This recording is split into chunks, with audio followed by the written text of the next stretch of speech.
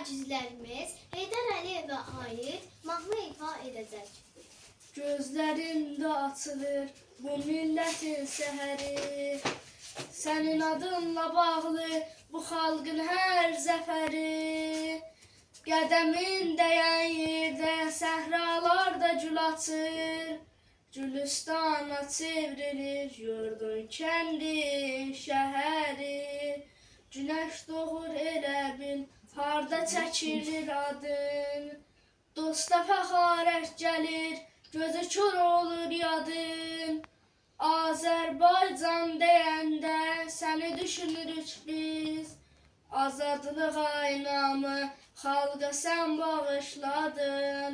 Səni də bizi bəsən, küləşən eyləyəcək, dönəlim bu günümsə, səninlə bir gələcək.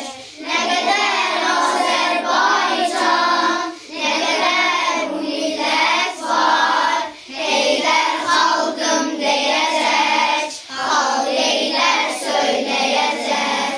Heydər xalqım deyəcək, xalq eylər söyləyəcək. Sən bu çətin zamanda gücümüz, qüvvətimiz, sən bizim bu dünyada ən böyük sərvətimiz. Millətin imzası var imzaların içində, sənə halaldır halal ülvü məhəbbətimiz. Sən bu çətin zamanda gücümüz, qüvvətimiz, sən bizim bu dünyada ən böyük sərvətimiz.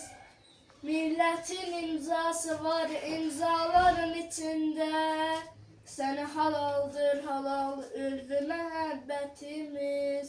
Sənə də bizi bəs